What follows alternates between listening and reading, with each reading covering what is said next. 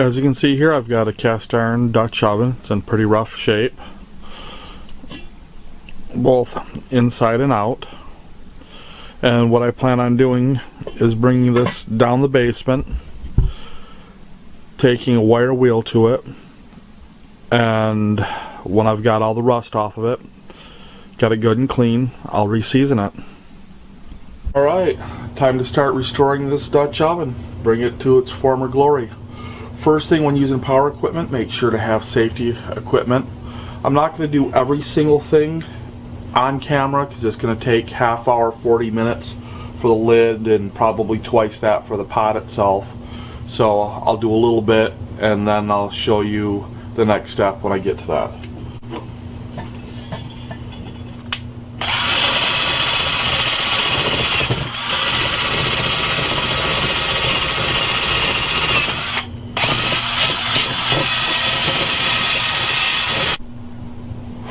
As you've seen, a lot of that came off quite easy, but I've got, like in here, I can't get the drill in. So I'm going to have to hand sand that. So, just a little bit in here like this. It's going to take quite a while, so I won't show all of this on camera. But also, remember how filthy the inside of the lid was? That came real nice. I still have to do the pot yet, but I'll get to that in a moment. Okay, as you can see right now, I've got a lot of the rust out of here. I made sure to clean under the handle as well, and I hand sanded as much in the cracks as possible here around the rim. And you can't get all of it. The idea is to get as close to bare metal as possible, but sometimes you can get away with a little bit. There's further cleaning I'll be doing a little bit later on with CLR or something like that, which should get the rest of the rust. Now for this next step, I'm going to start cleaning inside here. Make sure to hold one hand on the pan while you're cleaning so that if the drill jumps, because it's going a little bit, it doesn't shoot the pot all over the place.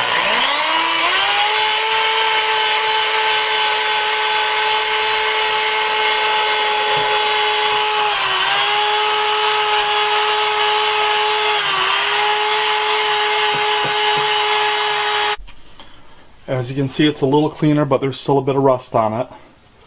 So now I'm going to take a calcium lime and rust removing chemical, give it a scrub down. Bringing it to raw metal isn't 100% necessary, but the closer you can get to raw metal, the better.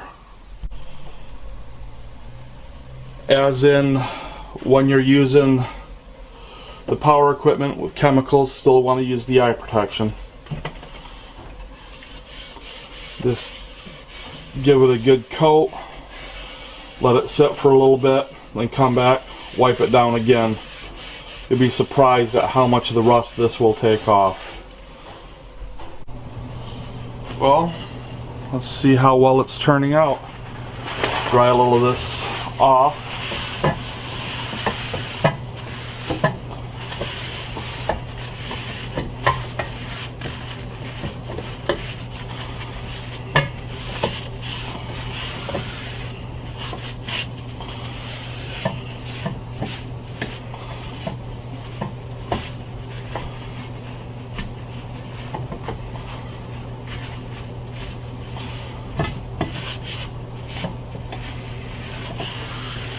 The lid's almost stripped of bare metal. You get a little bit of stuff I can still work with inside the lid. If you remember the first images I showed of this, it was rusty and bubbling,